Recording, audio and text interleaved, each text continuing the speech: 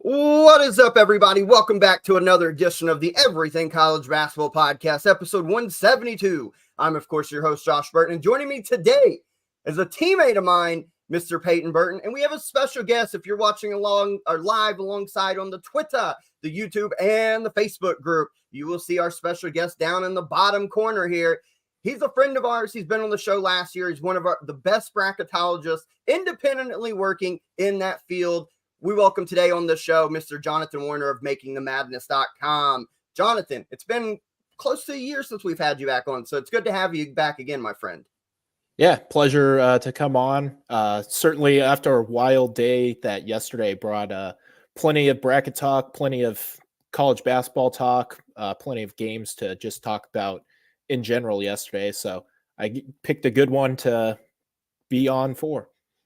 Yeah, we tried to make it work this last Thursday's edition on episode 171. Timing didn't align. We were happy to get you back on. Peyton, you and I are coming off the heels of our first live game of the season. Our in-game season schedule is starting to pick up now that we're in January in conference play. But what a fun trip it was back to Bellarmine yesterday to watch an A-Sun clash between Lipscomb, Bellarmine, and we went in to watch both teams, obviously.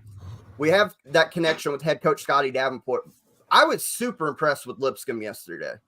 Yeah, absolutely. I did this conference in our magazine, the ASUN conference. I had Lipscomb predicted to finish in second, right behind Eastern Kentucky. Coming into this game, Lipscomb was 0-1 in conference play, losing to Eastern Kentucky a couple of days ago. And Bellarmine lost to, I think, Austin P. So they were both 0-1. So they really needed, both of these teams really needed to win this game. And Lipscomb, I thought, impressed me a lot. They definitely got three guards that can go every night. But if Jock Peterson can keep doing what he was doing in that game, then they have four guards that can go. And plus they got a big man, McCormack, that shoots over 40% from three. And they got the style offense. They play up-tempo. Defensively, they were connected. They were talking constantly. I'm a big fan of them. I'm a big fan of them. Players, the coaching staff was constantly talking. Yeah. Super impressive.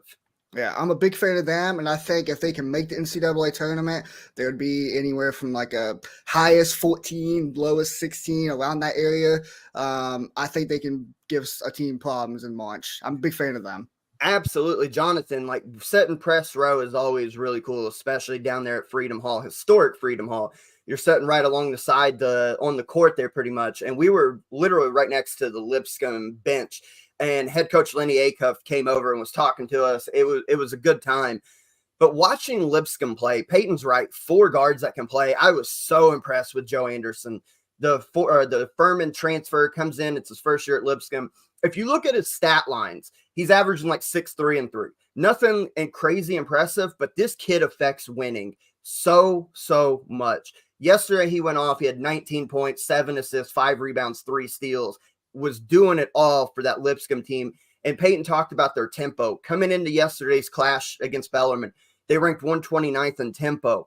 And all game long, they got the pace where they wanted, off missed shots, off turnovers, sometimes even made buckets. They are sprinting down the floor. And the offense, you talk about modern basketball, 5 out, the paint's always open, a lot of driving lanes, and these teams combined. Bellarmine played pretty well too. Like, they played pretty well. The stat lines were very close. That's why it's kind of crazy as an 11-point victory, because there was a combined 15 turnovers. Lipscomb had 7, Bellarmine had 8. They combined for 25 made threes.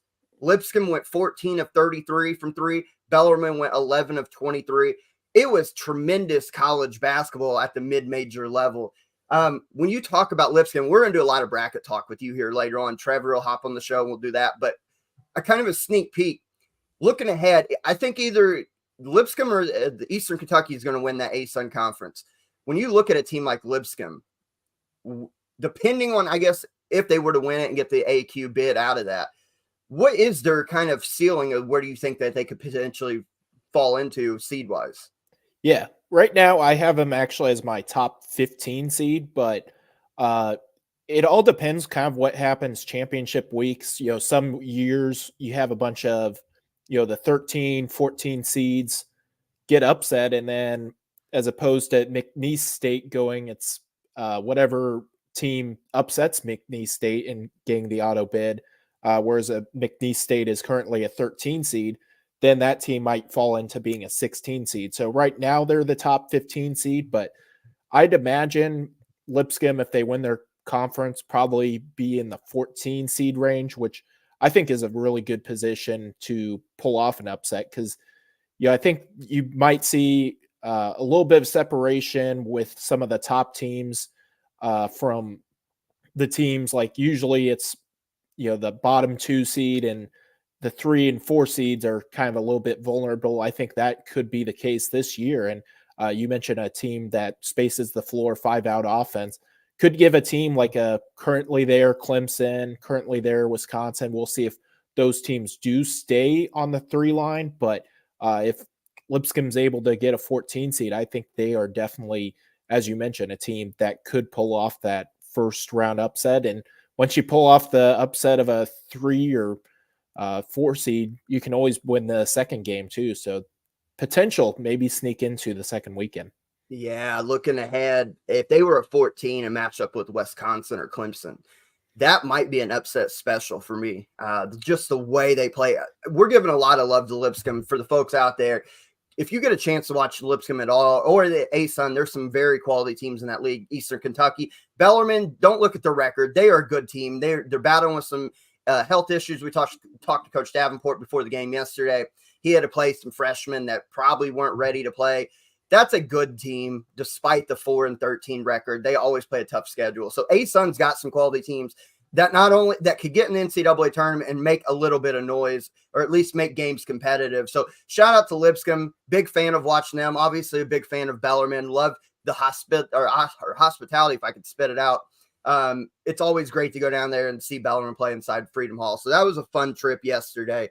We will be at Indiana State next Saturday for Indiana State Belmont. That is going to be a fun one. Can't wait to talk about that more close to the time. But we had some massive conference games. We talked about on Thursday that this week officially earmarked the official start of conference play with the SEC and the Big 12 and the other conferences officially kicking off. So now we are full-blown into conference play. Things really started Friday night, which is where we'll go first. In West Lafayette, number 1 Purdue played host to number 9, the Fighting Illini of Illinois, without TJ Shannon.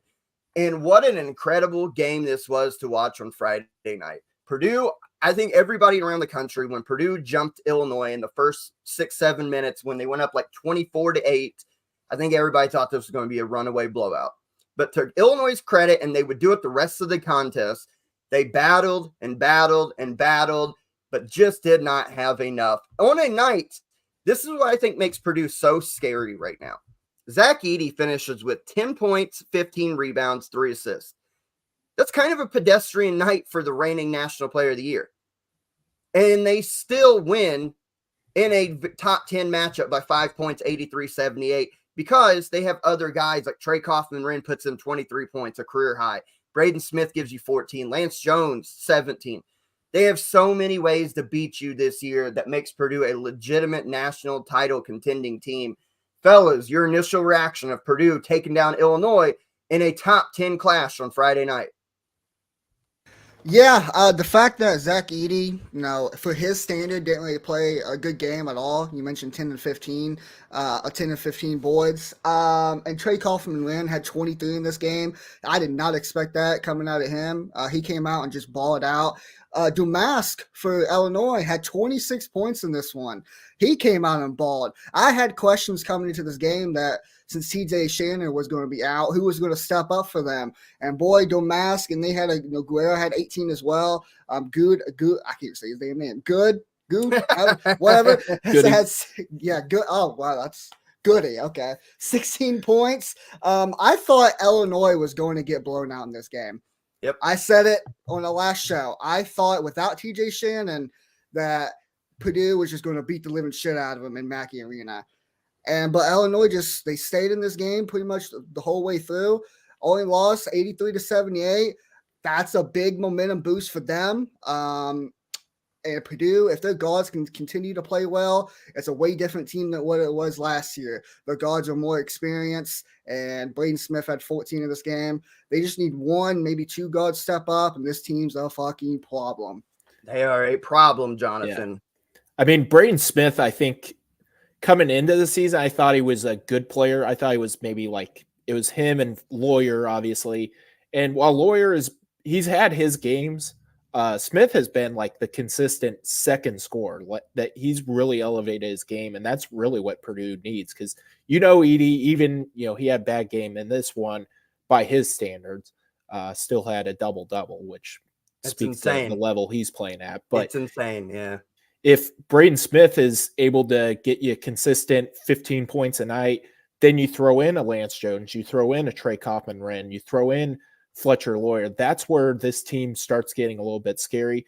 I do still question how they defend, a team like Illinois that, will space it out, kind of like a team like you mentioned Lipscomb earlier. Obviously, Fairleigh Dickinson gave them issues last year. How they defend maybe a 5-out type of system could be something where, they have to work on it come NCAA tournament time.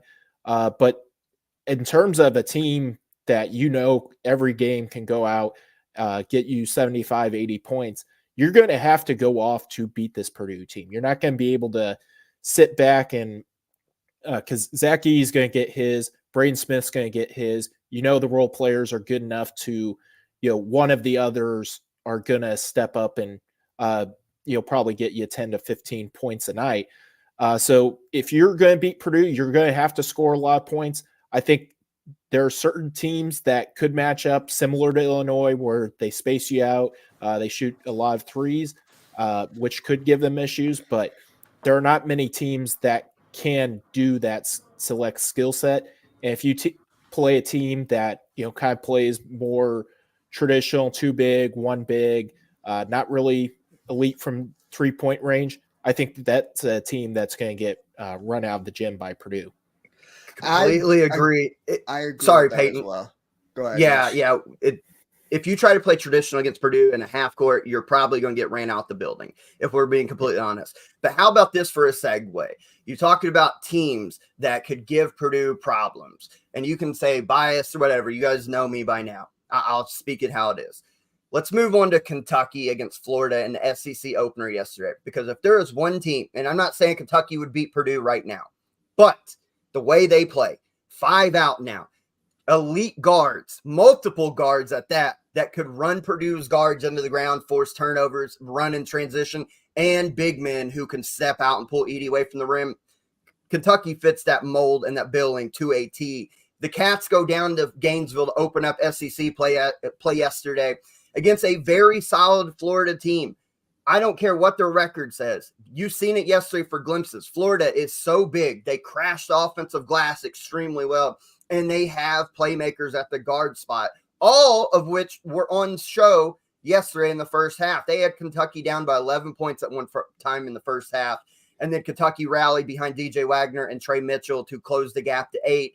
Then Kentucky opens the second half up, gets on a run, takes the lead immediately, and then Florida responds back and kind of kept them at a distance until late in the game. The Cats made enough stops. Aaron Bradshaw, who played a terrible first half, who I won't even say was good in this game, but in the second half, especially in crunch time, was real good for that specific time, leading into the block shot that led to a shot clock violation, which the game was tied with a minute to go.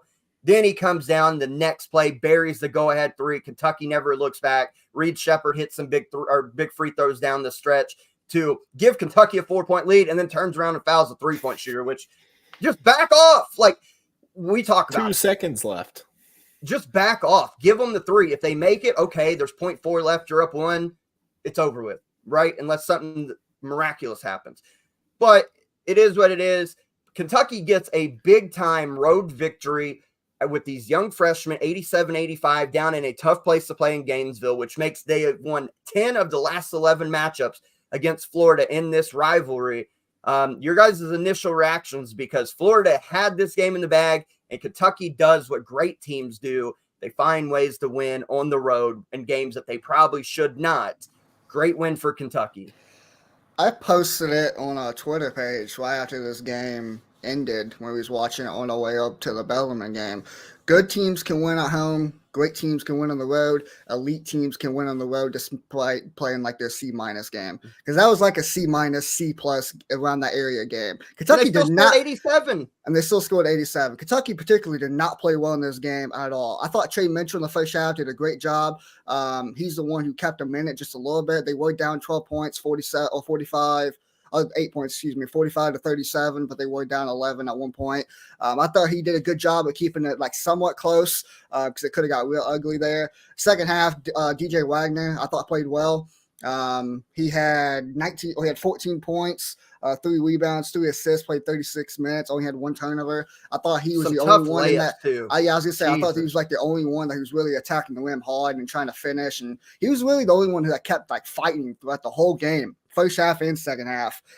Poland, Clayton, and Kugel played amazing in this game.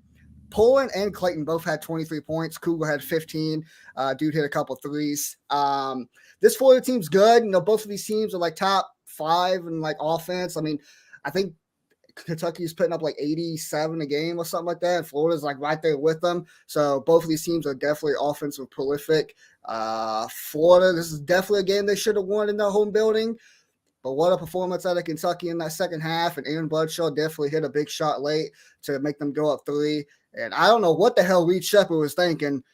If you're going to jump, at least jump to like the side and like, you know, way out of, so they don't call a damn Don't foul. even jump. Yeah, don't even jump. That's the number one issue. Don't even jump. Just like, leave him alone. Back off. Hell of a performance by Kentucky and Florida. If they can hit shots, they got a good offense, and I think they can do some damage in the SEC. Jonathan, Florida is so big. They are huge. Like Micah Handlogton, he had 6 in this game, but he affected the way Kentucky tried to finish at the rim. He had 12 rebounds, 2 blocks. Him and Tyree Samuel, their size down low affects other teams' ability to try to score at the rim. Kentucky, I think in the first half, it was like 6 point-blank shots because they were affected by the length at the rim, took their eye off of it, whatever. Florida could be a real freaking problem if they can put all the pieces together. Yeah, I think this Florida team, I think they're really underweighted because right now they don't have that big time signature win, but they have 4 guards that I think can go out and get you 15, 20 points a night, whether it's Walter Clayton, Zion Poland, Will Richard, or Riley Klugel. I mean, all 4 of those guards are really high-level guards that probably would start at most programs in college basketball. Riley Klugel obviously comes off the bench for them. And then you mentioned it, Samuel Handlogan inside. Logton. I finally heard how to say it yesterday. I've been calling him Michael Handlogton, but I heard the announcers, Micah Handlogton. Handlogton. Yeah, there you go. I mean, they provide, physical presence inside. So I think this Florida team right now, they obviously don't have that big time win, obviously kind of let one slip away against a really good Kentucky team, but they're going to be dangerous in the SEC. I think a team that probably could finish top 5 in the SEC behind, I think right now the SEC, look at it, it's Kentucky, it's Tennessee, and then it's kind of like, is it Auburn? Is it Ole Miss? Is it, Florida is certainly, I think you got to throw them in the mix, especially after how they played yesterday. But for Kentucky, those are the type of wins that show that they can go out and win a national championship. Because, it's one thing to win home games. It's one thing to look great at home. But when you can go on the road, put up 87, even doing so playing somewhat pedestrianly, that shows a real resolve of a team that can go deep in March. Will they win the national championship? We'll obviously wait for March and April to find out. But certainly, I think this Kentucky team, when you throw in the amount of good guard play they have, you have Antonio Reeves as kind of that experience piece. You have Trey Mitchell, obviously, inside a little bit. Bradshaw certainly looked like a really good piece to fit in. This Kentucky team is certainly dangerous. I think they can go out, win the SEC regular season title. I think they can go out and win the national championship. That's how good this Kentucky team is. And, certainly it's going to be a team that can beat anyone on any given night. I completely agree with that. A couple last things on Kentucky to show how scary they are at the moment. They're 11-2, 1-0 in SEC play. They didn't play their best game. We've already talked about that, and they still put up 87 against a good Florida team in their home building and win this game. We kind of wondered with this modern offense, Kentucky's been averaging, I think it's like 8 or 9 made threes a game. They're second in the country going into yesterday. That's going to drop, but they were shooting like 41, 42% from three. They only shot 5 of 20 from three yesterday and still put up 87 points. I want you to think about that. A team that's been lighting the three-point nets up, they went absolutely cold to shoot 25% and still scored 87. They also had 8 turnovers in the first half, 4 by Rob Dillingham, who played very, very poorly. They only had 1 in the second half. This team's young. They don't turn the ball over. They normally shoot the hell out of the three. They've got playmakers all over the floor. And 2 of those 3 things they did not do well yesterday. They didn't shoot the three well. They definitely didn't defend well for large stretches, but they did everything at the end that they had to do, and they still scored 87 points on the road. This team's scary. If I'm the rest of the SEC in the country, I don't know if you want to mess with Kentucky right now. And that's, again, going back to our point about kind of the molds who could beat Purdue come March. The Cats have got to be one of those teams that you look at and be like, boy, if we got that matchup, it might be a high-scoring game, but that's the kind of team that you think that can win the game. Let's move on to Lawrence, Kansas here to go to the number 2 ranked Kansas Jayhawks, where they open up Big 12 play at home against a very tough TCU team that Peyton has told us about since the preseason magazine that is a real problem to deal with. And they came within an eyelash of going into Allen Fieldhouse back-to-back years and picking up victories. But Kansas holds off the Horned Frogs 83-81 in a game that, of course, ended in some controversy. Peyton, this is your ball club. I know we were at Bellarmine getting settled in, so we didn't get to see the final minute and a half, 2 minutes. But talk to us about the Kansas win, how important it was, and your take on the controversies there at the end. Kansas hasn't lost a Big 12 opener since 1991. So That's insane. That's 33, fucking, I think. Yeah, that's fucking ridiculous. And listen, I'm going to talk more about TCU than I am about my Jayhawks because obviously I have plenty of time to talk about them. TCU coming into this year, I knew there's going to be very talented. I knew there's going to be very good, and I knew there's going to be a problem in the Big 12. That's why I said even a week ago, or even like a couple months ago when we did the magazine, like I think they're the most underrated team in the Big 12, and they're my dark horse to potentially even win this conference. Because Emmanuel Miller, he played amazing in this game, specifically in the first half, and Travion Tennyson took over in the second half. First half for TCU, Emmanuel Miller had 15 points. He ended up with 20. Second half, Travion Tennyson had 19 points in the second half. So it was a tale of 2 halves for them. First half, Emmanuel Miller took over for them. And the second half, Tennyson just hit everything in between. Like he hit contested threes, wide open threes, mid ranges, getting to the layup line or getting to the rim and laying it up. We could not stop him. We could not stop him at all in that second half. And he really did a hell of a job. Doing what he did. This TCU team's really a problem. Jamie Dixon has a hell of a team down there, and I think they can legit make a decent run. It wouldn't shock me if they could get to like a Sweet 16, maybe Elite 8. Final Four is kind of a stretch, but we'll see depending on matchups. But I do think come March that this team's going to be a real problem. As far as the controversy goes, I am a Jayhawk fan. Sometimes I'll be biased, sometimes I'm not. I didn't get to watch the final play like live. I did go back and watch the replay. There was definitely contact made, 100%. I heard Seth Davis on Twitter. I heard Jay Wright on Twitter. They both agreed that the call should have been called how it is. I'm just going to throw my hands up and say I don't really give a shit. If you want to call it out of flagrant, you can. If you don't, that's fine with me. But one point I'll just remind everybody else. Is Kansas a blue blood? Yes. Are. Was this game in Allen Fieldhouse? Yeah, it was. What do you expect? I agree. Every team in the home building, especially for a blue blood, is going to get calls like this. North Carolina gets it in Chapel Hill. Duke gets it in Cameron Indoor. Kentucky gets it in Rupp Arena. Yep. This is what happens when you're a blue blood and you're playing at your home building in a close game. And it's not like it was an egregious call. Like he 100% made contact on Hunter Dickinson. If you tuck out your Kansas fandom here and you were just whatever, you're just watching the game because you loved it or whatever, could you make the case though that should not have been a flagrant? Yeah, I think it could have went right. Yeah, I think it was a foul though. Yeah, it was a foul. Yeah. And the irony, how about this, fellas? Of all players that happened to, it was the former Kansas man, Ernest Uday, in his former building that gets called for probably the game-changing play. And then you didn't even talk about the Hunter Dickinson non-travel when he caught the high-low to put him back up. And not only that, like, it was a Kansas player, but he also hit probably the most hated player in college basketball, Hunter Dickinson, right now.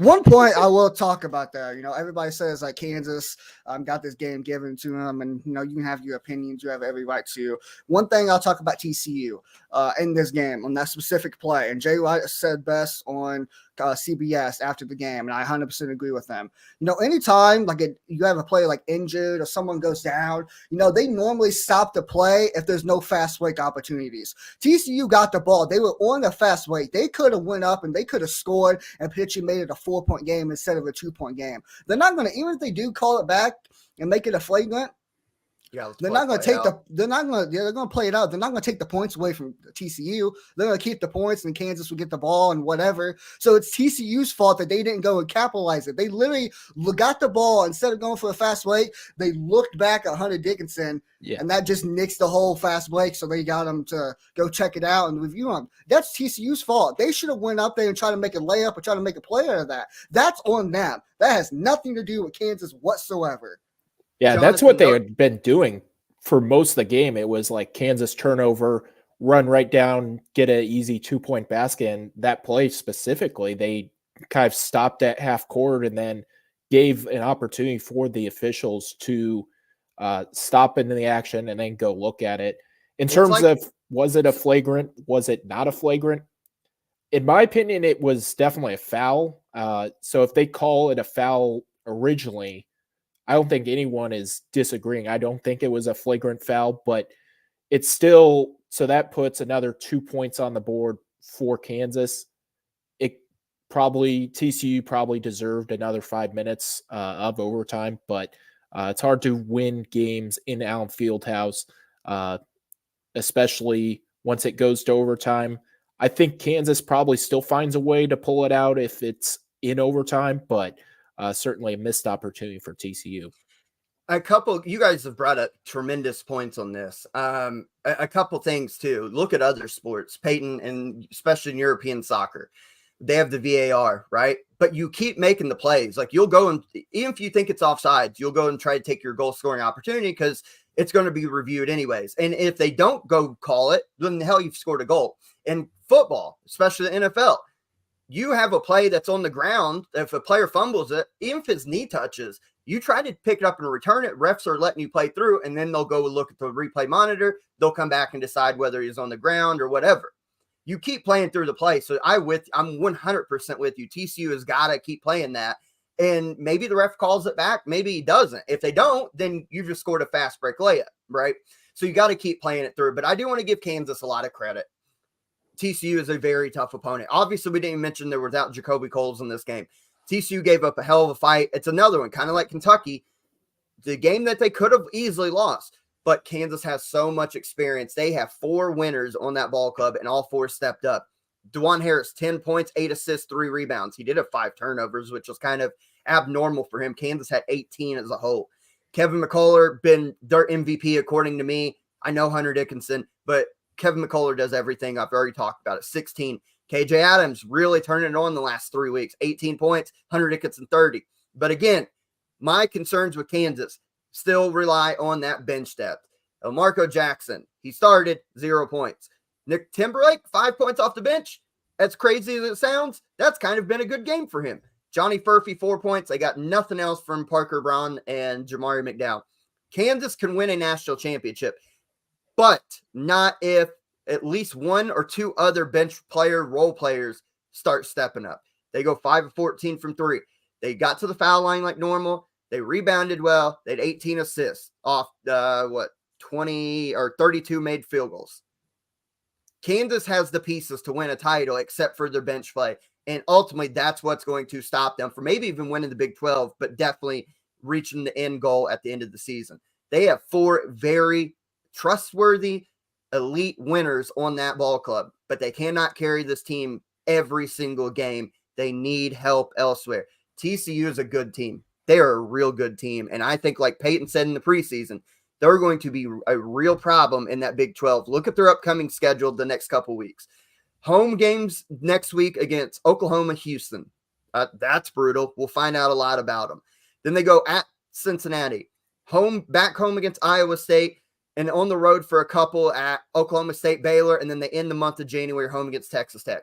It's a living nightmare playing in the Big 12 night in and night out. But TCU, I think, will be there at the end in a top 4 seed come conference tournament. Final thoughts real quick before we move on Kansas, TCU, this game, anything. Yeah, I think from a Kansas aspect, I think you're right with one of the 2 bench pieces.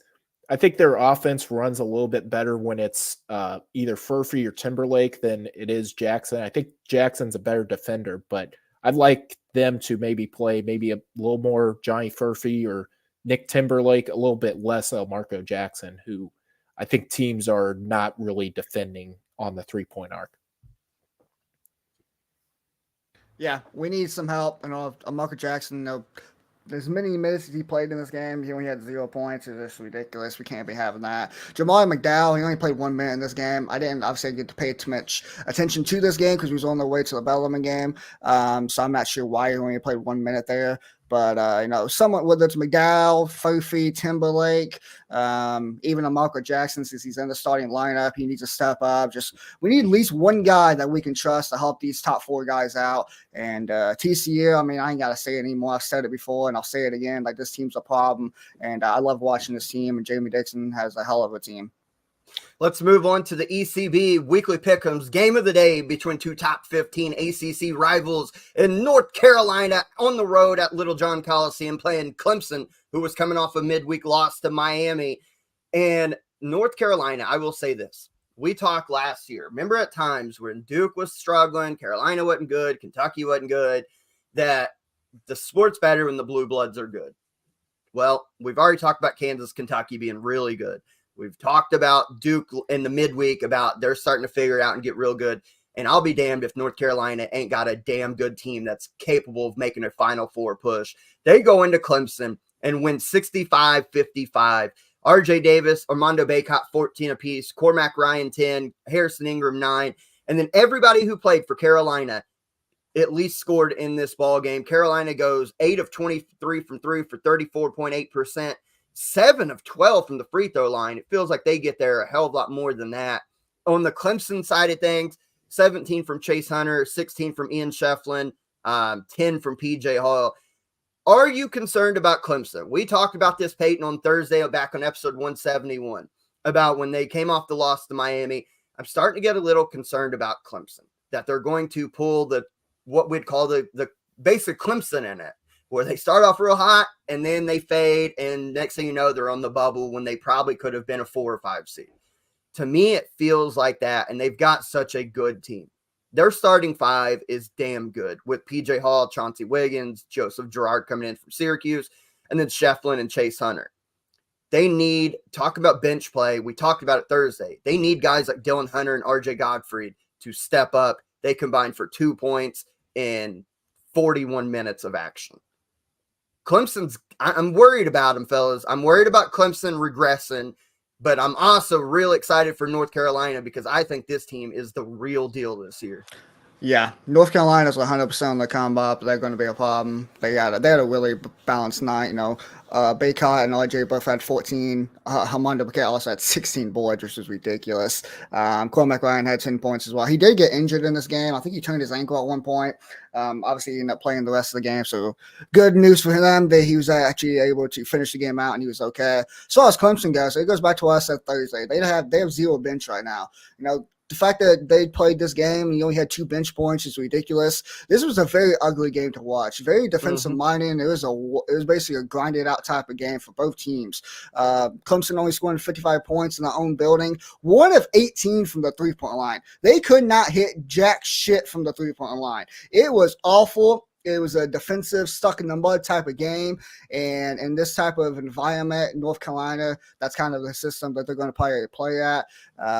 North Carolina is a good team. I think Clemson's still a good team. They're very solid, but they got to figure some shit out for the bench. 2 games in a row, P.J. Hall's fouled out at these games. And he only had 10 points, 5 rebounds in this. He really didn't do anything. Shiflin had 16 and 11. They don't get production from the bench, and definitely if they don't shoot the ball well from 3, I definitely see this team regressing. Yeah, and I think it goes to a point where like the main 5 guys, the 5 starters, are having to play so many minutes, account for so much production. It looked like a lot of their shots late in the game were coming up a little bit short. And sometimes when you're playing that many minutes and you're not getting much bench production, the legs are the first thing to go, and you're not quite finishing your shot. And I think late in the game, they missed some shots that they probably should have made. And ultimately, I think North Carolina's a national championship contender. We talked about it with Kentucky. These are the type of games you go on the road into a hostile environment. A Clemson team that has been one of the 3 best teams in the ACC this season. And to go on the road, get that type of victory, I think right now, North Carolina is in the early driver's seat for the ACC regular season championship. I think they're in the driver's seat for getting a high seed and being a team that can go win a national championship. Baycott's finally starting to turn it on, was a little bit slow in non-conference play, but 14 points, 16 rebounds. RJ Davis is going to be a reliable scorer. Elliot Cadeau's, a little bit, he's coming on, but hasn't quite gotten there yet, but with Cormac Ryan, Harrison Ingram also in that rotation, they're going to go get you 10, 15 points each. So I think this North Carolina team, you mentioned the bench as well, they are going to be a tough out in March Madness. Certainly a team, I think Hubert Davis has himself a team that can go win a national championship this year. So the things that impress me with North Carolina right now is normally historically North Carolina, we know them for their scoring, right? When they win games, they're putting a ton of numbers up. But you look at the 3 ACC wins, they're 3-0 right now. 78 against Florida State, 70 against Pittsburgh, 65 against Clemson. What that tells me is North Carolina has bought into the defensive end, and they're okay playing a half-court game. They're like Kentucky. They would much rather get in transition, turn it into a track meet. But they're okay playing a slow down, grinded out game if need be, because they've got pieces. They've got a star shot maker in RJ Davis. They've got a young backcourt mates with Elliot Cadeau. They got Seth Trimble starting to turn it on. And then they've got interior play with Armando Baycott. They are perfectly fine with playing a half court, grind it out, do what you have to win games. And it reflects in their numbers. They're 12th in offense, 16th in defense. Historically, teams that are in the top 20 in both metrics are teams that can win a national championship. And look at their upcoming schedule. I see a bunch of potential wins there. They're on the road in a rival game on Wednesday at North Carolina State. Then they get a couple home games against Syracuse and Louisville. They're at Boston College. Then they get a big one with the surging Wake Forest, who's won 9 in a row on Monday, January 29th or 22nd. Then they get a couple away games in January at Florida State in a return game and at Georgia Tech, who will give them a fight before they get into the real meat of their schedule. There's a real chance that Carolina wins all of those. It could be, 10-0 in the ACC play before February starts. This Carolina team is the real deal. And as far as Clemson goes, again, I have concerns. They're 11-3. They've lost 2 in a row now, both in conference play. The schedule and on paper should favor them in the next couple. On the road at Virginia Tech, home against Boston College, home against Georgia Tech, on the road against Florida State before they have to play on the road at Duke on January 27th. So there should be some, in theory, some get-right games for Clemson. But if they drop one of those, especially if they were to drop 2 of those to a combination of Virginia Tech, Boston College, Georgia Tech, Florida State, Clemson doesn't have a great resume right now outside of Alabama maybe and TCU. because Boise State's not necessarily playing up to their potential. UAB's, I mean, we'll talk more about that with you when we get to the bracket talk, Jonathan. But if Clemson, let's say theoretically, drops one or maybe even two of the next four, to drop them to what 11 and 4, 11 and 5. I mean, let me rephrase that. To drop them to 4 or 5 losses before February with the heart of the ACC coming up, is it pause for concern of Clemson not only seed line but maybe even being on the bubble? Yeah, I think right now they're pretty solidly in the tournament. They've done enough in non-conference play, but certainly you mentioned those are supposed to be cupcake type of games where you go out and win no sweat. If they drop a couple of those games, I think I'll start sounding the alarm.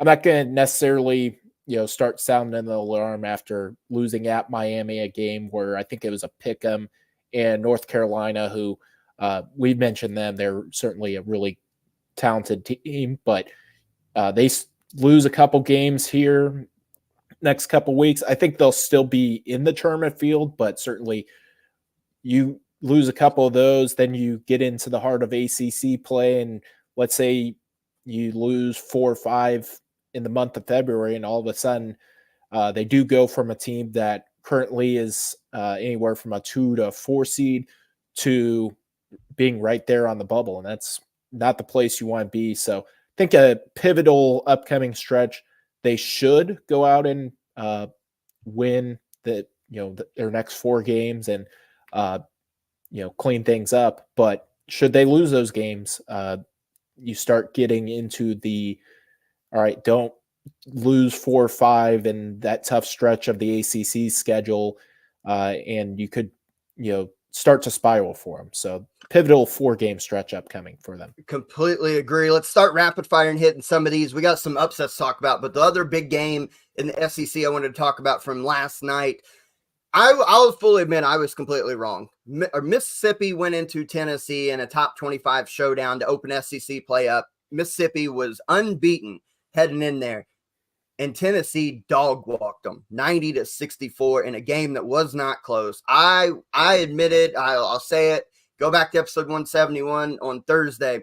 I thought Ole Miss wins this game. I thought their offense, they were shooting 40-some% from 3, yada, yada, yada. But I think the lack of true competition up to that point reared its ugly head in a very tough environment. And Tennessee, I'll give them credit, man. I'm still concerned about their offense night in, night out, but they put 90 up on a pretty good Ole Miss team. I know it's in their home building, but how about Jonas Idu? 24 points, 10 rebounds. Raise your hand if you thought the MVP of that game would be Jonas Idu with all the guard play. Dalton Connect only had 8 points, but the balanced scoring, we talked about it with a couple other teams.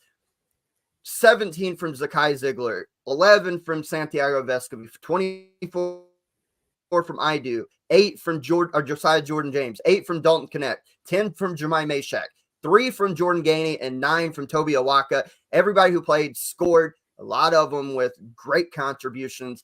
Tennessee hit 11 3-point shots, 11 of 30 for 36%. They only missed 2 free throws.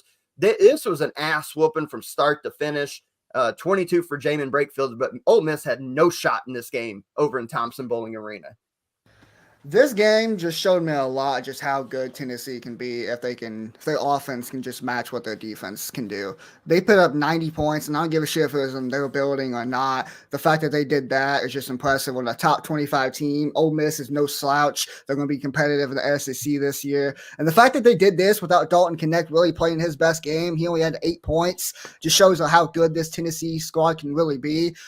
You mentioned Jonas Idu. He had 24 and 10. He had a double-double. Zakai Ziegler had 17 points with 10 assists. He had a double-double with 5 rebounds. Jemai Mashak had 10 points, 4 rebounds, 4 assists. I mean, they just got a well-balanced scoring effort from the team last night. And the defense, we all know what they can do defensively. If their offense, if they can just be like a top 25 offensive team, which I think they are on KenPom, then, man, they're going to be a tough out in March. And this team is just – they showed me a lot. I expected them to win by double digits. I didn't expect them to just completely just obliterate Ole Miss in this game like they did. So, extremely impressive performance out of them. Yeah, certainly. I think the big thing is Zakai Ziegler's finally looking healthy early in the season. Finally, yep. He's still knocking off some rust. He hasn't played in 6 months or whatever it was to that point, but he's finally playing well, getting his minute load back up to being a full-time starter, and he kind of makes that team go offensively, defensively as well. He's the heart and soul of that team. We've said it for a couple of years. Yeah. As the guys that, because he's so emotional on the floor, he does so many great things for them on the defensive end and offense, being the distributor and all that. He is the heart and soul of that Tennessee team. Yeah, and you get him back up to speed. You get Adu stepping up. He's probably not going to get you 24 points each night, but you'll take it certainly when that happens, especially when it happens the same day where Dalton Connect doesn't necessarily have a big game for him. I think this Ole Miss team going into it, I thought was going to probably lose, and certainly they did, but certainly a little bit of concern to get blown out by 26 in the fashion they did. I fully understand. I mean, no one wins at Tennessee. Last year Alabama looked like a dominant force, and they went into Tennessee and got ran off the court. Tennessee is one of the toughest places to play in college basketball, so fully expected them to lose, but in the fashion they lost, definitely a little bit of concern.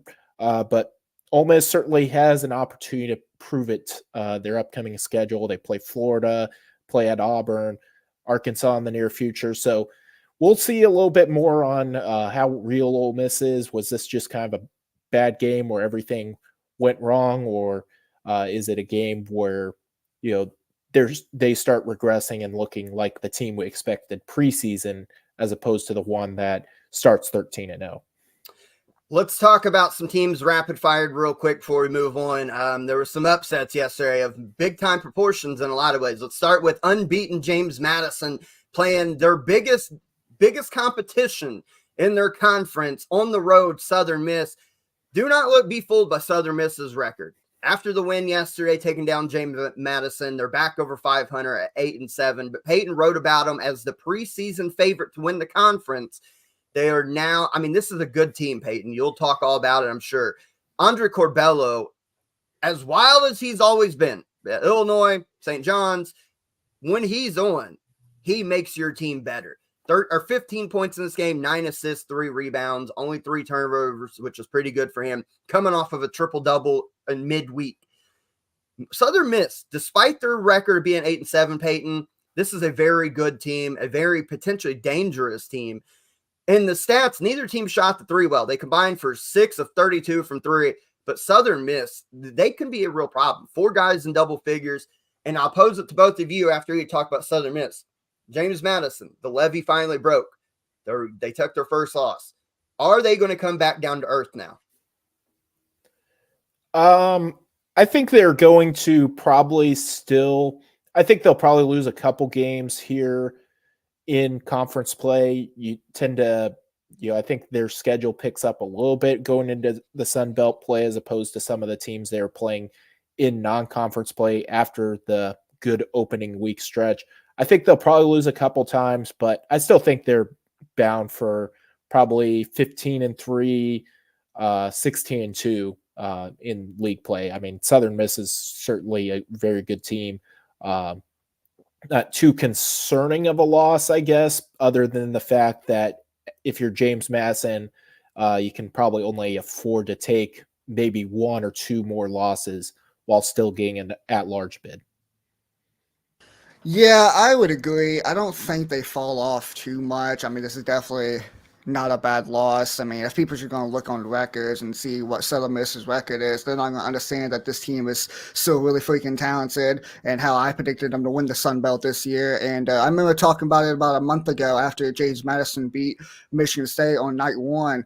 Everybody was talking about, oh, this team's just going to run through the Sun Belt and like they're now the favorites. And I told everybody just relax because Southern Miss is in this conference and they're just as good. And hell, they proved it in here. They were up 44-35 and first half at halftime, and ended up pulling away in this victory. I thought James Madison played well.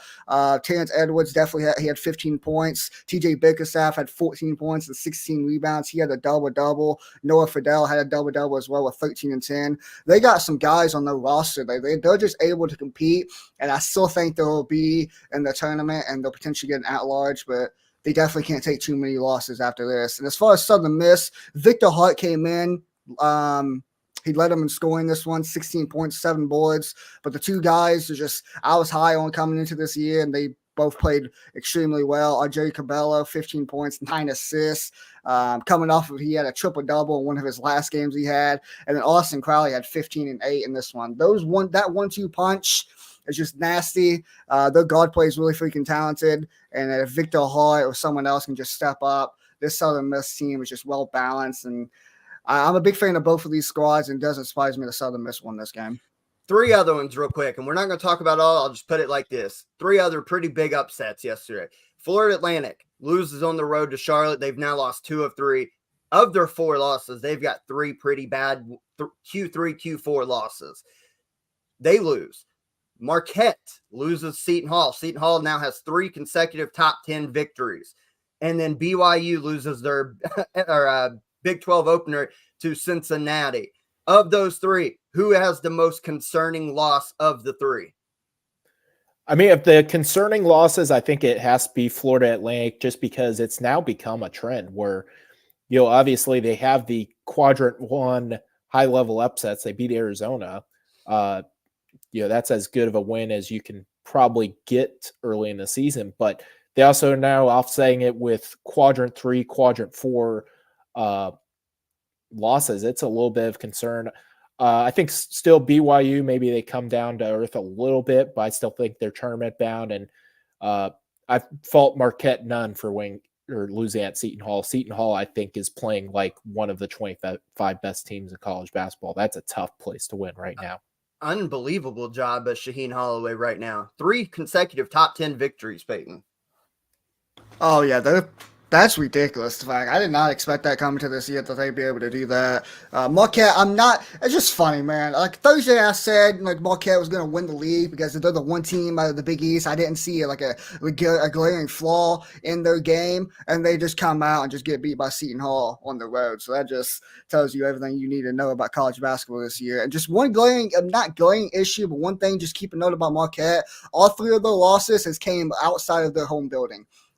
They need in Big East play to at least win a couple of these games on the road if they want to win this league. That's just the one issue I have with them. But they lost a neutral site game to Purdue on the Maui tournament. They lost at Wisconsin, which obviously is not really a bad loss. It's a tough ass place to play at. Lost at Providence again, and then obviously lost at Seton Hall. So if they can't win on the road and find a way to win these games, then they're triumph to the Big East may get derailed if they can't win on the road.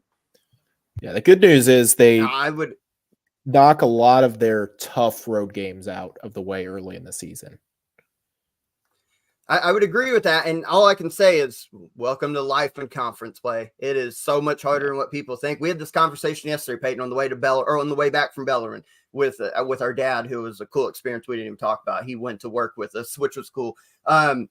We were talking about some of these, and it's not like it used to be. Used to, you could kind of mark this should be a win, this should be a win, this should be a win. Teams have gotten so much closer in the terms of talent gap nowadays.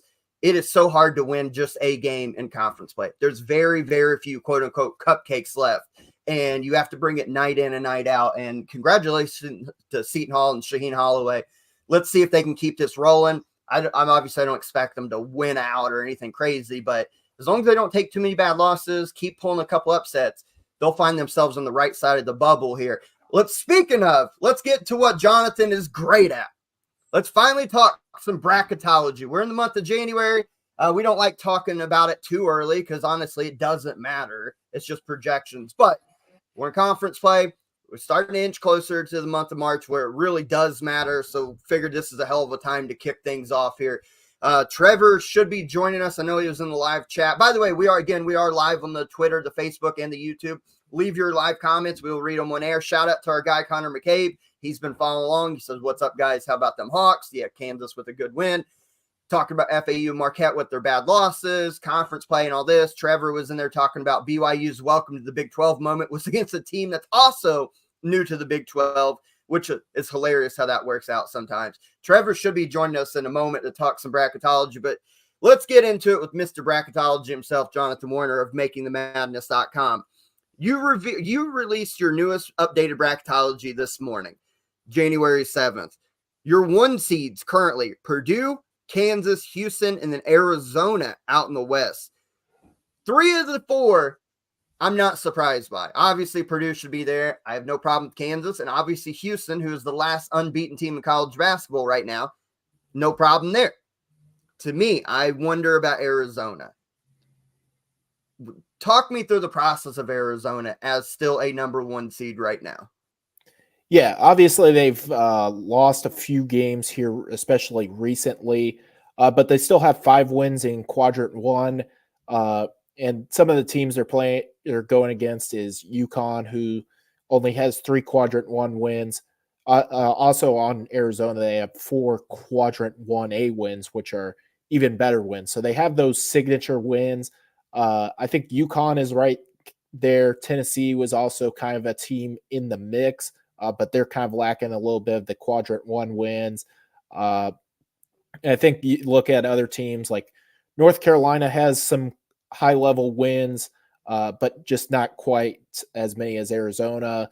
Kentucky certainly looks the part, but the resume isn't quite there. So I think when you look at the last 1 seed, I think Arizona is kind of the team that has established itself as the 4th number 1 seed. Alongside, I think Purdue, Houston, Kansas are certainly a level above the Arizona right now. I think any one of those could lose their next game and still be ahead of Arizona in the seed order. But Arizona, I think, has established itself resume-wise as being that 4th number 1 seed.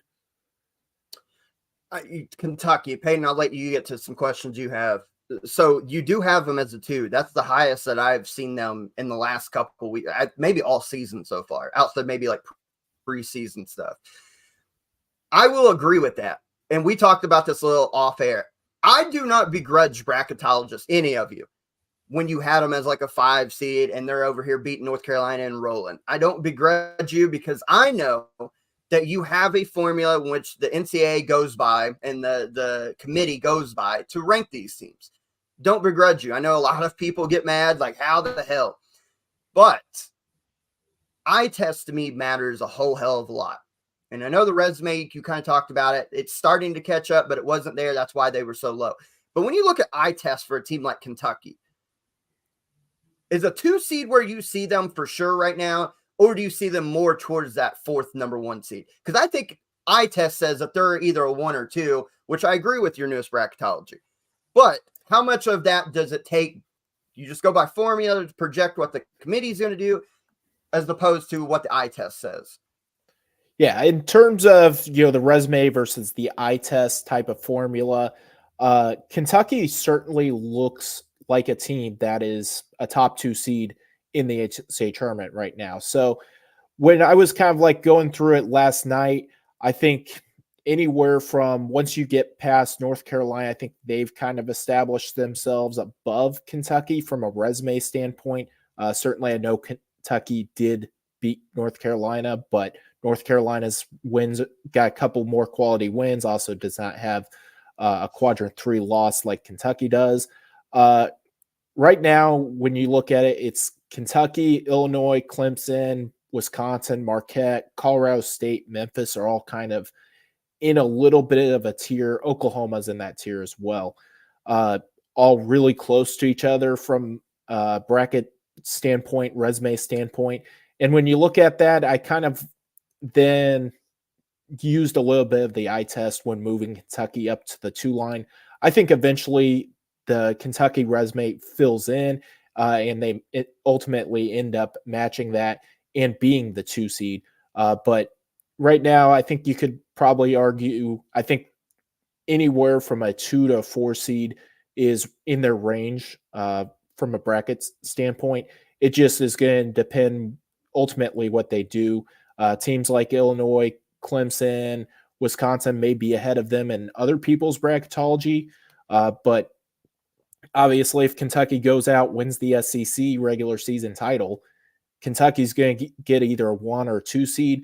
I think right now they're maybe a little bit behind in the race for 1 seed. Certainly would probably need a little bit of help because I think Arizona's going to be there till the end. Certainly, I don't think they get too much of a challenge in the Pac-12. They probably will roll through that. I think winner of the Big 12, whether it's Kansas or Houston's obviously going to be a 1 seed. And Purdue doesn't look like they're going to get any sort of competition when it comes to playing in the Big 10. So I think you're assured pretty well that Purdue and the Big 12 winner are going to be 1 seeds for sure. The question is, will it be Arizona as long as they take care of business? And then is it another Big 12 team getting a 1 seed? Is it maybe Marquette or UConn goes on a little bit of a roll? Is it Kentucky? I think the race for the 1 seed is certainly there for Kentucky to have, but they're going to need to go on a run in SEC play. I do have a couple questions, but real quick, just Josh, me and you were both wrong about Arizona this week. I said they was going to get beat by Colorado. They ended up whooping Colorado's ass. You said they was going to be by Utah. They ended up whooping Utah's ass last night, so we ended up both being wrong about that. But I do got a couple questions. I do want to stay on this Kentucky train. They're 11-2. Their only 2 losses was to Kansas in the Champions Classic, which Kansas is a 1 seed, the number 2 ranked team in the country right now. Obviously, that's not a bad loss, and that was on a neutral site game. But one of the losses, they did lose at home to UNC Wilmington. Now, I don't think UNC Wilmington is a bad team whatsoever. I don't think they're a slouch at all. I think they can be competitive. How much does a loss like that in your home building, what does that do to Kentucky's resume at potentially being a 1 seed? I think it certainly hurts them, especially if they, take another bad loss. I think we've seen before 1 seeds take a bad loss and still be able to make up for it by playing really well in the other 30 plus games of their resume. But certainly I think it's a loss that has thrown them a little bit behind in the early race for a 1 seed. But it's a loss they can overcome. If they go out and win the SEC, they certainly can get in the mix.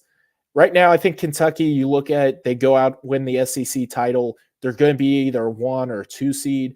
And maybe, they want to be a 2 seed in the Midwest region where they could play a team like Purdue where they could potentially pull off an upset, get the right matchups, and go win the national championship.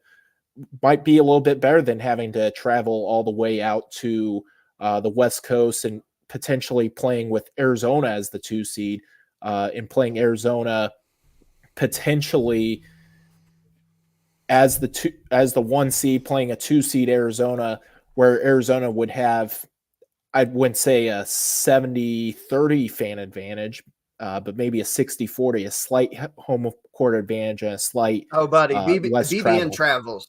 You can play in Hawaii. Yeah. BBN, especially for tournament game, they'll travel. Hey, Trevor's joining us now, and I know he's got some stuff. I'll let him get that. You look at your brackets, though.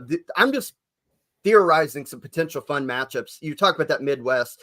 Your 1 seed's Purdue, 2's Kentucky, 3 Marquette, 4 Oklahoma. But I'm looking at a 5-12 juicy matchup. I want to ask you about this one team. Auburn is the 5, Indiana State is a 12. You talk about an up and down game. I love this Indiana State team. What do you think?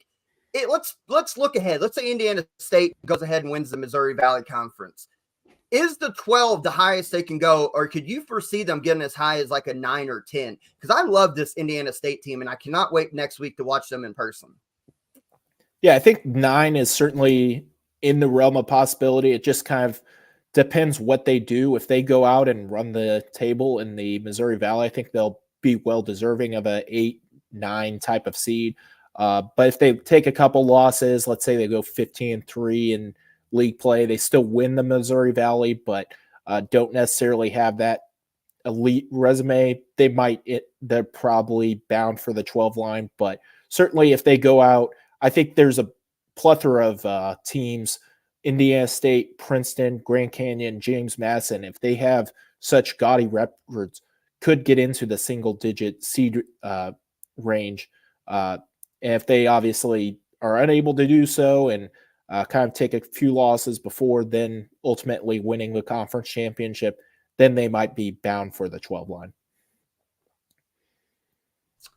Trev, Good to talk to I know you you got for the some first stuff. time, Jonathan. I know we've connected for a while, and I'm really glad to talk to you. I trust your opinion. I've got one that's more of on the lighter side. Then I have a question that I'm super serious about, so I'll start with that one. This is for the Sunbelt folk out there. Shout out to Sunbelt Syndicate. I don't know if you guys have covered this. I had some connection issues getting on here. So, talking about the Sunbelt, right? It's not exactly a league that historically has a two-bid opportunity, but JMU just took their first loss. I know you guys covered that. What's the realistic opportunity for if App State wins the tournament, say against JMU at the end or whatever, or say it's in the semifinals? If App State wins the tournament, just as the second best team in the Sun Belt right now, what does JMU have to do to be an at-large bid? I would say 3 losses total would probably still get them into the NCAA tournament. I think if they get 3 losses in regular season play and then maybe a 4th loss, I think that would be pretty hard to overcome. But in the Sun Belt, if they go out and go 16-2 and then lose to App State in the conference championship, I would think that would get them in. Maybe with 4 total losses, they still would be on the right side of the bubble, maybe getting thrown into the first 4 in Dayton. But I think 3 total losses, including the conference championship, I think would probably be good enough for them to get in. That's about where I had I've them got floated. So, go ahead, Josh. That's a great question too, because you always wonder about like mid-major, small major when they have very good teams, if the committee is going to leave them in or out. Like if JMU has 3 losses but doesn't win the AQ and they get left out, I think I can already picture Dick Vitale. Oh baby, they're screwing the small teams. I want to talk. There's 2 teams that stick out to me, and I'm not going to question you, but I do have questions about them. Gonzaga 12 still in your bracket. Villanova 11 still in your bracket. To me, neither one are tournament teams as of this moment on January 7th. You have Gonzaga, especially as a 12. They do not look good. I do not think Gonzaga is a good team. We've talked about this in recent weeks on pretty much every episode we have talked about Gonzaga. They're still 12, hanging on by a thread. How close to being out of the bracket do you have them? With them being the 12, they're actually my auto qualifier. So you have to put one team from the WCC. So I've kind of just stuck with Gonzaga because no one else in that league has really shown that much potential. But yeah, they're in terms of like being, if they don't win the WCC, I think they are probably not going to make the tournament and would probably need to go on a huge win streak in a WCC that honestly is not all that great. So it might not help them anyway. But yeah, I think Gonzaga, from a resume standpoint, if they weren't slotted as the auto qualifier, would be well outside the tournament right now. Peyton, Trevor, he has in today's newest bracketology, Michigan State a 10 seed and looks to be rising. We've talked here recently about Michigan State getting things right in itself. How far, as long as they continue the surge, what's the realistic potential after such a bad start, the highest seed line that you think at the end of the year Michigan State could end up in? It will depend. If they can go out and beat Purdue, get that huge signature win, I think they could maybe sneak into being 3 or 4 if they go out and are right there for the Big East title. Maybe not beat Purdue and ultimately win the Big Ten, but finish, let's say, 17-3 or 16-4. Maybe they could get to like the 3-4 line. I think they're probably more likely going to go on, maybe go like 13-7 in league play, maybe finish like a 6 or 7 seed would be maybe a realistic chance for them. Obviously, depends who they beat, who they lose to. If they take bad losses but good wins in that, they could potentially, that might help them or might hurt them. Just depends who they play and beat and lose to. But I think they realistically maybe single digit seed line if they have a good conference schedule. And if they have a great one, maybe 3 or 4 line. I do have a question that just stands out to me. First of all, Josh stole one of my teams I was going to talk about. I was going to ask about Gonzaga because I agree with him. I do not think they're a tournament team as of now. And also, I was going to bring up Indiana, but you don't have them in the tournament, so I'll leave that to someone. I'll leave that for another day. One team that just stands out for me, and I'm just starting to question. I just want to preface this. I have not watched a single game of this team, but seeing South Carolina as an 8 seed is just wild to me. Do you think, what's your just opinion on them? Like, are they a for sure like tournament team? Because, I mean, they're 13-1, but I'd never expected them to make the tournament, let alone be an 8 seed. Yeah, go back they're and read the magazine. Sorry, Jonathan. I was just go back and read the magazine. I sure in hell didn't predict them to be this good. Yeah, they're certainly a team that I don't think I expect them to stay in the NCAA tournament bubble, or I think they will eventually fall off and miss the tournament. But right now they don't have necessarily elite level wins, but they've got some decent wins. They beat Virginia Tech. Certainly that's a decent win. And then, obviously they have a great record. So when you pair having a great record with, some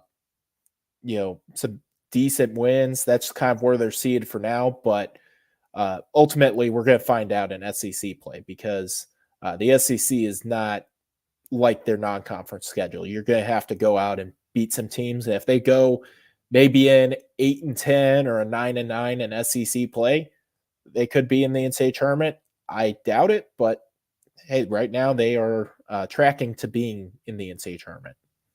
That'd be one hell of a story. Let's go final questions here. We've had Jonathan here for a lot longer than I think we thought we were going to, which we appreciate. Final questions. Trevor, if you've got 1 or 2 more, fire them off. Just one more, because I trust Jonathan and his opinion, man. Like, I've followed your work for a while, and I just want you to kind of, and I'm going to leave my thoughts out of this for a second, but you don't have Virginia currently in the field after yesterday's results. You posted this morning, if I'm correct. And then you have NIT 1 seeds, Florida, Northwestern, Colorado, Kansas State, and then the next 5, Indiana, TCU, Arizona State, Syracuse, and NC State. Explain to me, I understand the net to a degree, but explain to me, and I'm going to read you the resumes of the 2 teams. Virginia's 11-4, 1-3 in quad 1, 2-0 in quad 2, 2-1 in quad 3, and 6-0 in quad 4. NC State at 11-3, 1-3 in quad 1, 1-0 in quad 2, 1-0 in quad 3, and 8-0 in quad 4. And a head-to-head win obviously doesn't necessarily matter depending on where it goes into that factor for the quad. How in the hell is Virginia ranked 55th and NC State 64th after what we saw yesterday and what we can with the exact same resume, if not anything better for the Wolfpack? I'm just genuinely confused by the net. Even though in January I understand how it's supposed to look. Yeah, I mean, in terms of explaining the net, I mean it's quite questionable just generally throughout it. I mean, I think Virginia maybe with their points per possession, because I know they play a little bit lower of a tempo than an NC State. If like Virginia has maybe 80 possessions and NC State has 100 possessions and both teams win by 20, I think Virginia, I guess, gets positively affected by it. They beat NC State. I mean, I'm not a huge fan of the way the net is set up. I think it is personally set up for teams to gain the system. We've seen it with, I think a lot of the Big 12 teams honestly have done that this year. You look at Houston, you look at Iowa State. Are they good? You look at BYU, who just got a little bit of exposed. Are they good teams? Yes, but are they maybe gaining the system by, instead of winning by 20 points, deciding to go out and win by 50 or 60 points against the Alabama A&Ms of the world? I think that's also very true. So I think in general, the net kind of not having a cap on the amount of points you win by, or so much of it is efficiency based. I'd like to see it be a little more resume based. So if you go out and you do beat a very quality team, you do go out and get that type of signature win, you get a little bit more rewarded than the net, as opposed to just going out and beating Alabama A&M by 60. See, he gave you the professional answer, Trav. I'm gonna give you the weird answer. The net's fucking stupid. That's why. The net is dog shit. It's an awful system. It makes no sense at all. How the fuck? I'm gonna keep saying it, and I'm gonna say it till I'm blue in the face. How the fuck does Kansas break the record last year for all-time quad one wins? Half of their damn wins was damn quad one wins. How on earth, for one, did we not get the number 1 overall seed and just not even get the number 2 overall seed? Like, the net's fucking stupid. That's your answer, Trav. It's just interesting how like they literally have identical resumes outside of the fact that State has 2 less. We don't have a quad 3 or quad 2 loss in that. Let me be clear. Virginia does have a quad 3 loss in that opportunity, and the head-to-head. I know that doesn't matter in this equation, but after winning yesterday, it's kind of nuts to me. And I think, hold on, to speak to your expertise though, why I asked the question, I'm not putting you on a platter here to destroy the net. That's not what I wanted you to do. It also, to speak to what I made the point, is you don't have Virginia in the field currently, and you have NC State as an X5 in. So I think that's exactly where I thought that should probably land based on yesterday's result. And I appreciate the fact that you obviously are good at what you do.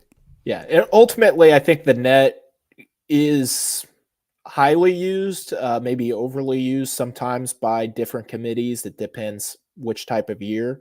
But ultimately, it does come down to who you play, who you beat, who you lose to.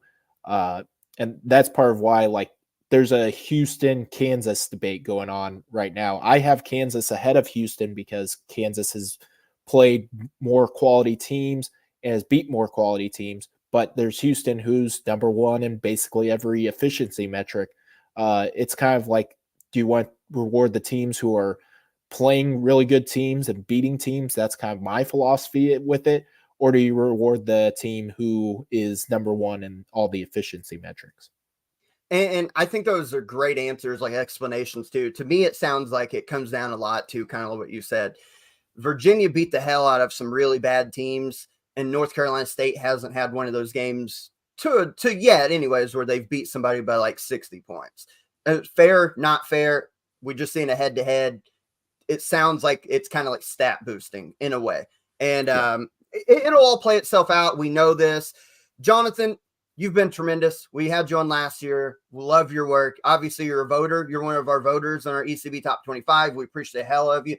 Any final words? You can find your work at the makingthemadness.com. Let the people know when you come out with your bracketology, how they can find you on Twitter, all that good stuff before we let you go today. Yeah, daily bracketology. We're at that point in the season. It's coming out every day. Plenty of updates being made. You can see that at makingthemadness.com. You can also follow me on Twitter at bracketologist3. Be posting score recaps, giving out the fraud power rankings, giving out the daily bracketology notes, all sorts of fun stuff. Appreciate you guys having me. It was definitely a fun show. Good week to come on. Good slate of games to recap. So definitely was a good time here today. Well, Jonathan, we appreciate. We will definitely have you back on, especially the closer we get to the official brackets revealed. We will have you back on. Go follow Jonathan on Twitter. Go look at his work daily with makingthemadness.com for updated bracketology night in and night out. Great work, Jonathan. We cannot wait to have you back on, my friend, and be well today. Go Packers. So with that, we are going to take a quick pause in the action. We're going to play some ads, pay some bills around here. When we come back, we got some games to preview early in the week, and then we'll start wrapping the show up. You're listening to episode 172 of the Everything College Basketball Podcast. We'll be right back in just a moment. College basketball fans, I've got a question for you. Are you looking to score big with your basketball bets and analysis? Well, ShotQualityBets.com is your go-to source for data, picks, and predictions that are a cut above the rest. With their state-of-the-art computer vision and AI, they analyze the game like no one else, providing you with unique data that's crucial for making informed decisions. Shot Quality Bets takes the hard work out of betting by matching their highly accurate predictions with the current betting lines, making it a breeze for you to place winning wagers. And the best part? You can start this winning streak right now with the Everything College Basketball exclusive code of ECB for 10% off your first month. Simply visit shotqualitybets.com/welcome to sign up and jump into the action. It's that easy. Shotqualitybets.com, where data drives your analysis to the next level.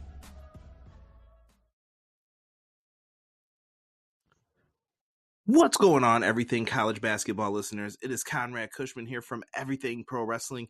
Everything Pro Wrestling is a show by the fans, for the fans, where we talk pro wrestling every single week. Our current schedule is Mondays live at 6:05. We have Clash of the Podcast for myself and my co-host Sean Hubbard of Hubbard Wrestling Weekly go live to talk all the latest and greatest in pro wrestling. On Wednesdays, we are live after AEW Dynamite, a little after 10 p.m. Eastern Standard Time on the Everything Pro Wrestling YouTube channel as well. Make sure you guys come on over if you guys are fans of All Elite Wrestling. And we do cover some of the pay-per-views that happen over the weekends. Keep your eyes peeled for when we have those available as well. Thank you guys so much for listening to us talk about our schedule. Let's get back to my good friends over at Everything College Basketball. Appreciate shotqualitybets.com coming on board with ECB for the 2023-2024 season. Go use promo code ECB for 10% off your first month. I'm seeing a lot more people start to tag Shot Quality Bets and use them more as the season progresses. So that's awesome. See, go save yourself some money on your first month of your subscription, and some love to Conrad Cushman over Everything Pro Wrestling. We got a couple early week games in conference play I do want to touch on. Going back to Jonathan's updated bracket just real quick, Peyton, we talked about Lipscomb. They're a 15. Do you want to take a guess who their 2 seed is? I was going to mention that earlier. And when we was talking about them yesterday, I almost just said, what a fun matchup that would be, and I just didn't. So, it's Kentucky, just for everybody knows. Yeah. 15 versus 2 is Lipscomb versus Kentucky. That would be interesting. That region, we talked to him about it. That Midwest, assume this would be the real thing. Purdue, the 1. Auburn, Indiana State talked about as a 5-12. Marquette at 3. But potentially get a Kentucky Marquette Sweet 16 matchup. You'd have some defensive teams in there like Oklahoma, Providence as a 9. That'd be a lot of fun. How about Wake Forest up to 11 against a 6 Creighton? I think in current times, I take Wake Forest over Creighton in a slight upset there. A lot of fun stuff. It's the fun time of year where you start looking at brackets and kind of, all right, let's see. I mean, he's got Colorado State as a 4. So a lot of fun stuff. We appreciate the hell out of Jonathan. He's one of the best in the game right now. Go check him out at makingthemadness.com for daily, as he said, updated bracket projections. Trev, you mentioned this team in the live chat before you hopped on. We were talking about BYU's upset loss. Their welcome to Big 12 moment being against a newly minted Big 12 team themselves is wild how that worked out. Tuesday, they're on the road against a Big 12 powerhouse in Baylor. I'll let you take first volley at this. Does BYU bounce back on the road, or is it more Big 12 learning curve for them on the road in Waco? Well, to be clear, this is in Baylor's new arena, which this is really going to be the first true game that they probably get up fully for. I know the women's game almost sold out a few days ago. Look, I watched most of that BYU Cincinnati game. Cincinnati didn't do anything super special. They just let, Trevin, well, I'm going to say Keneal, and I think that's right, but if not, it's okay. They were like, look, if Trevin Keneal's going to beat us, they're going to be okay with that, right? 27, and basically no one else had anything worth of mentioning. I think Baylor, the defense is definitely something they've got to continue to improve upon, and I think Coach Drew can do that, but look, Baylor's got one of the toughest crowd environments, home environments in the entire country, and then they get a new arena that's built for basketball. Like, I don't see how they don't show up for this game, and BYU starting to kind of level down here. I'm not saying I was like a hater when they were, finishing, top 8 in the net this last couple months, but I think Baylor gets the win. Peyton, I think we'll all be in agreement on this, but I do want to hear your thoughts. Is BYU going to finally come back down to earth, kind of what we've been talking about? Absolutely. I was never really a full believer of them coming to the season anyways, and even when they started their hot streak, top 10 in the net and just all this other stuff. People were just raving about them. I'm like, just sit back and relax. Big 12 hasn't started yet. It's the same thing goes for Oklahoma, even though they did win their opening conference game. Same thing goes for South Carolina. Like, everybody just blowing up these teams that have a great regular season. I've seen it way too many times. I've seen LSU last year start off their hot season and regular season, and it comes down to conference play, and they end up folding, coming back down to earth, and not doing well. Iowa State's done it for the last couple of years. Kansas State did it last year. They had a great regular season, came back down to earth a little bit, didn't have so hot of a Big 12 regular season. Struggled just a little bit. And I think BYU is going to do the same thing. Baylor is a hell of an offensive team. Defensively, kind of like last year, they definitely need to get better. But the number one team on three-point shooting 45%, just lighting it up from three. Jacoby Walters, a baller. Just Baylor's going to be too much. Their guard play. And I don't give a shit if this is in the old building, new building. It's in Baylor. Baylor wins this game pretty comfortably. Yeah, Baylor. Trev talked about their new arena just this last week. I think it was like a $200 million arena or renovation or whatever it was. So it's a nice building, and they're going to welcome a high flying BYU offense into the new arena. But Baylor can score too. Number 4 in adjusted efficiency on Ken Pom in offense. You talked about their defense. They're 71st, has to get better. But you talk about what is BYU's one of their biggest strengths. They shoot the three pretty well. Baylor defends the three in a top 40 manner. Teams are only shooting 29%. And then you talk about them shooting the three, number 1 in the nation, 45%. I think all signs point to a Baylor win. Although yesterday they played with fire against a very mediocre, maybe even bad Oklahoma State team. Had to go to overtime on the road to get a victory there. I like Baylor. I think when it comes down to it, who's got playmakers and who doesn't? Ray J. Dennis, Jacoby Walters has been really good.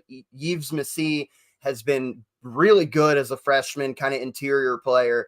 I just think Baylor, at the end of the day, especially at home, has the better players than BYU does.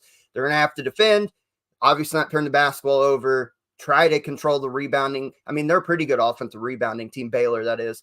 They're 14th in the nation, getting 37% of their first-time shots in an offensive rebound. So I think Baylor – I don't even think this is particularly close. Ken Pom favors Baylor by 2. I see Baylor in the final 6-7 minutes of that game pulling away, going on one of those 15-4 runs and gapping them. I think Baylor wins by double digits and sends BYU to an 0-2 start in the Big 12 to start conference playoff in a new conference. Let's go to one thing I want to add just really quick that I think is important to note. And look, Ken Pom, I'm not saying it's right more than it's wrong. Which, by the way, this game is on ESPN Plus. I just want that to be clear. That's stupid. It's a travesty. It happened last year. Kansas had a game last year. I remember. I don't remember who it was against. You guys probably might, but I think it was Kansas State. It was a Big 12 game. ESPN Plus. It was in the second matchup. It was in Allen Fieldhouse. Yeah, it was a top 15 matchup. And 9 p.m. tip. Yeah. So is this 9? This is 9 p.m. ESPN Plus top 13 matchup. One thing to keep in mind that. And I'm not saying Ken Pom's right more than it's wrong, but I would say that's probably true, is that, you mentioned a lot. Y'all mentioned a lot of great stuff about the three-point shooting, and obviously that can sometimes hurt you depending on the game. BYU is the 6th best adjusted defense efficiency on defense, and then they guard the three. They're the 5th best three-point defense in the country as well. They hold their opponents to 26%. So somebody's going to level out here, and I do think that probably does keep it close, even though I didn't mention that in my first little blurb. But if it comes down to who's going to make more shots, then I would agree with the point that Baylor has more shot creators and shot opportunities. And at the end of the day, we've seen enough of BYU recently. Everyone's argument was, we just haven't watched them. I watched them last night against Cincinnati in an opportunity where they couldn't get anything to go in the basket except for Trevin Kenneal. So at the end of the day, Baylor's defense is what's going to be the problem we've all addressed, but BYU's defense can play, and I think it's a lot closer, at least based on what the numbers tell us. It's a good point. And we talked with Jonathan about brackets and potential your resume. Look at Baylor. I mean, they're 12-2. How good did these wins now against Auburn and Seton Hall look? And even Florida, like we talked about it during the Kentucky segment. Florida's a good team. And if they continue to get better and make the tournament, You're talking about 3 wins that they've got that are looking better by the day that could really help Baylor's resume. I think I'd have to go back and look. I think he's got Baylor's like a 4 seed right now, 4 or 5. So if they keep winning and those like Auburn and Florida and Seton Hall continue to win, it's only going to help Baylor's resume down the stretch for tournament seeding. Let's go to North Kakalaki, though. The big-time rivalry game. I will argue with a lot of people who don't know history or just choose to ignore it. If you go back before Duke got real good when Coach K got there, this was the biggest rivalry as far as in the state of North Carolina versus North Carolina State. You ask a lot of Tar Heel people and a lot of North Carolina State people of a certain generation, they will say that they hate each other more than they hate Duke. That's why I say this rivalry is so damn important. Now, has it always went North Carolina State's way? No, but this is a very good under-the-radar rivalry, historic rivalry for those of a certain generation. Even one of North Carolina's best players of all time will tell you he hates North Carolina State more than he hates Duke. So that tells you a lot right there. These two lock horns this upcoming week. I think it's on Wednesday is what I have written down. Yeah, that's on right. Wednesday night. Yep. North Carolina is the top 10 team. Will probably go up maybe a spot or two in the rankings come tomorrow. Carolina getting red hot. We've talked about it. Trev, this is your area of expertise. Consider you're a Carolina State guy. What is your level of excitement and level of concern heading into Wednesday night in this big-time rivalry showdown? I'm going to be short and sweet. Excitement, I want to vomit into a bag. But here's the thing. Like, don't let the fact that there's not a number for the AP poll next to that team to tell you that this won't be a good game. Like, I am annoyed slightly that I won't be able to sit down until probably 6 minutes into the second half. So that'd be tough. But look, North Carolina is playing some of the best basketball they've played, and if anything, in the Hubert Davis era. Look, PNC Arena is going to be a zoo on Wednesday. Students are back, right? People are excited about this team. I know the result, Notre Dame on the road. Like, my heart tells me one thing, my mind tells me another. We talk about it all the time on this show with our fandoms. But, like, I think UNC wins, but I think this game's going to be really, really hard. This is a game that they've lost many times. I will say, though, talking about the, depending on what generation of people you ask, Carolina fans in the last 30 years like to tell you that, this isn't a rivalry, which, they could screw off. I would agree. Again, I know history, and I know the Carolina people, and I know Carolina State people. They hate each other. This is 100% a rivalry. This was the rivalry before Duke got good. So don't let anybody else try to tell you, especially newer generation people who just only know Duke Carolina. This is a great rivalry. Peyton, Carolina State has won 4 in a row since losing to Tennessee. They've got 3 losses. When you look at them, none of the 3 are bad. They lost to BYU, they lost to Mississippi, and they lost to Tennessee. Those aren't 3 bad losses. They've got 11 wins. They just beat Virginia. For whatever you think about Virginia, it's still Virginia. This is a pretty good North Carolina State team. I know Jonathan has them on the outside looking in, but I think this could be a tournament team. Do you think Carolina State has what it takes to beat North Carolina at home in an upset? I think they have a chance to upset them since it's in their home building. Do I think it's going to happen? No. I think Carolina squeaks this one out. I think Harrison Ingram's the answer in this one. I'm excited to watch him play. He's had an incredible year so far. I think he's a difference maker. Big Cal's going to do what he does, but we'll see how that plays out. But I think Harrison Ingram's going to have a good game in this one. I just think North Carolina's going to overwhelm them late in the stretch. The last 4 minutes is going to be very important. I think North Carolina's going to win that. Their guard play is just better. And I think – North Carolina's playing some of the best ball right now. They've won 4 games in a row after losing 2 games in a row to Connecticut and Kentucky. All 3 of the losses is on neutral site. Not really a bad loss outside of maybe Villanova.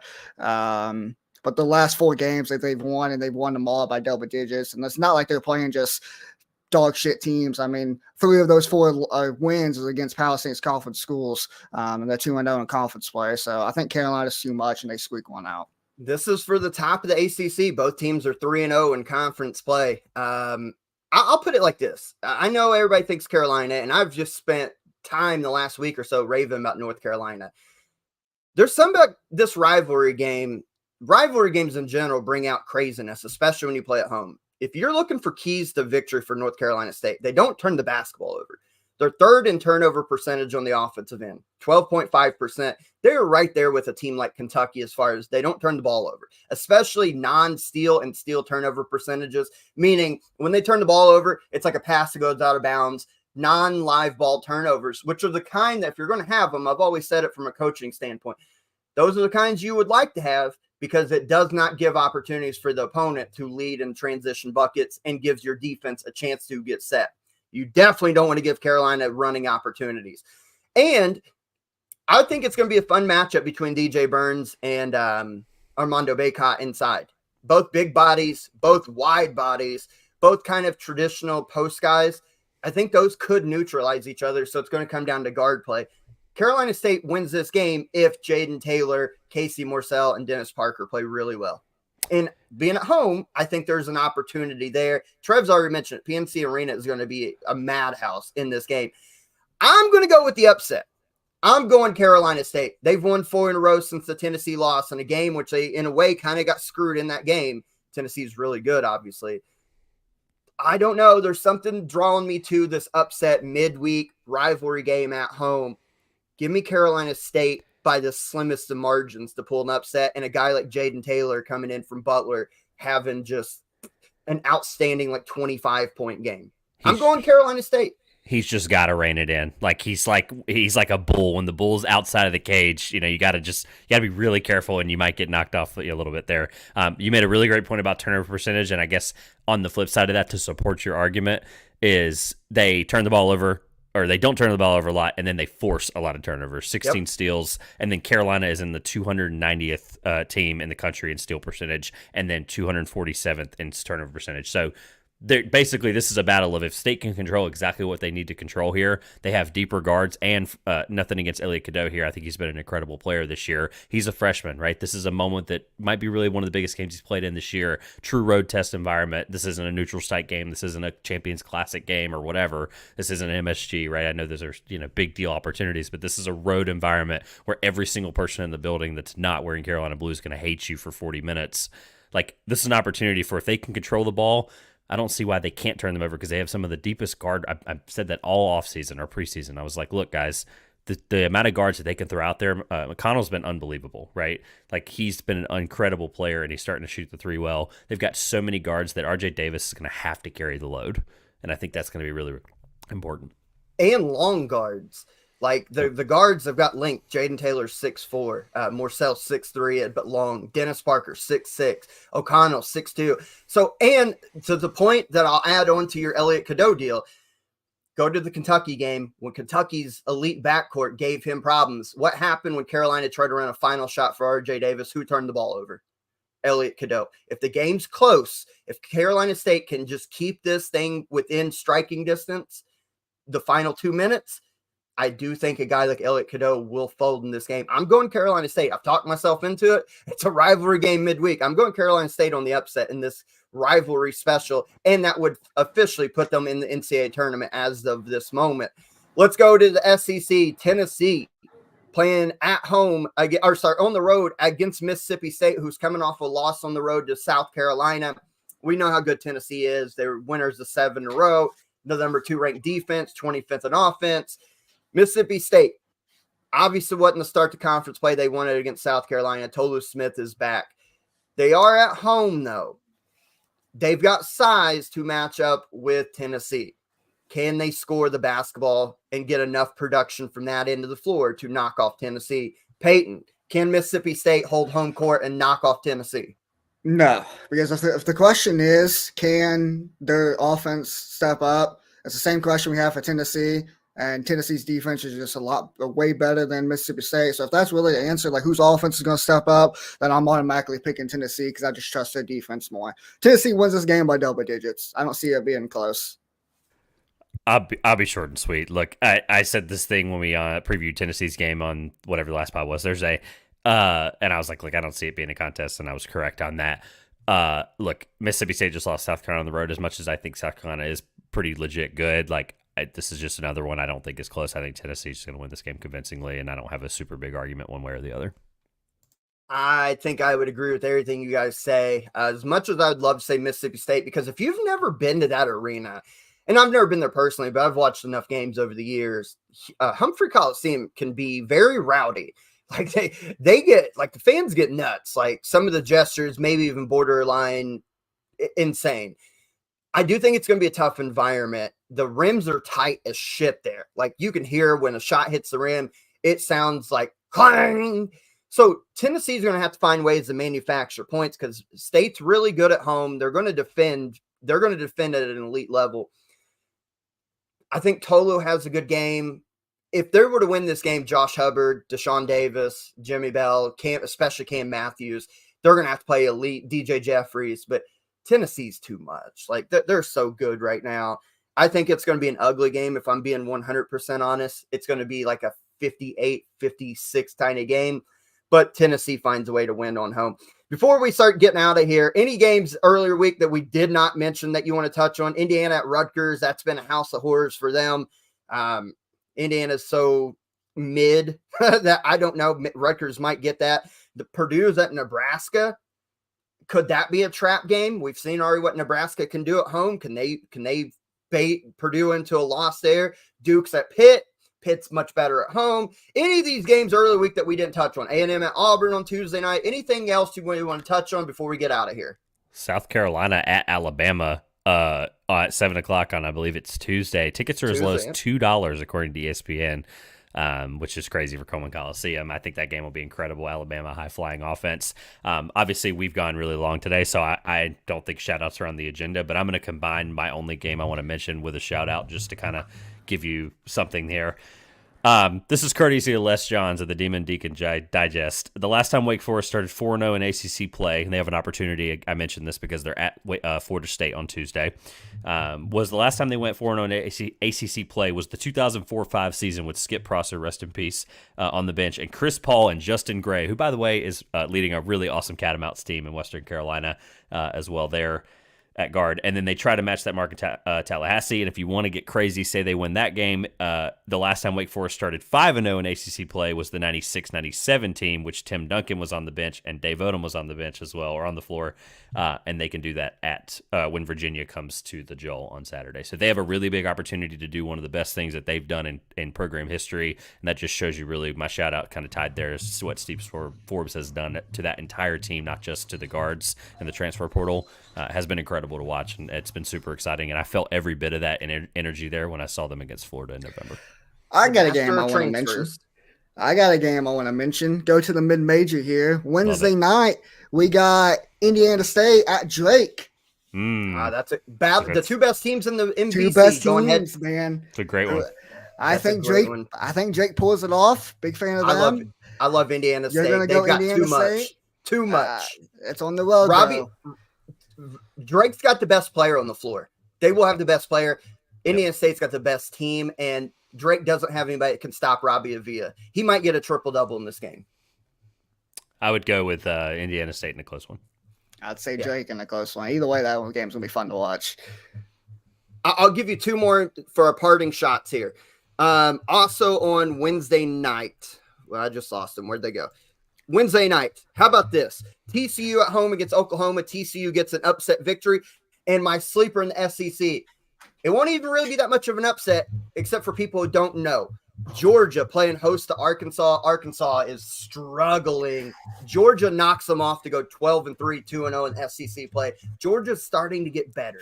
I won't know if they're a tournament team yet, but they're getting better and better and better. They will beat Arkansas on Wednesday night. I love it. It was a long show. Trevor said Jonathan was awesome. We were only going to do bracketology with him. He said, hey, I got time. I want to talk about some games. We said, why the hell not?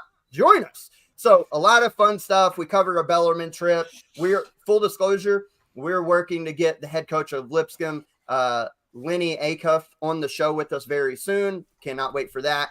A lot of great stuff. Conference play in full swing. It's the best time of year. We keep saying that. Wrapping up episode 172 for Peyton, for Trevor, for our special guest, Jonathan Warner, and everybody who followed along with us today on the live feeds. We appreciate the hell of you. Until Thursday on episode 173, we hope you guys enjoyed this. Go, Pat, go. Go, Pat, go, baby. Get in the playoff, baby. Until Thursday, we hope you guys enjoyed this. Stay safe, and we will catch you down the road. The net sucks. Fuck yeah.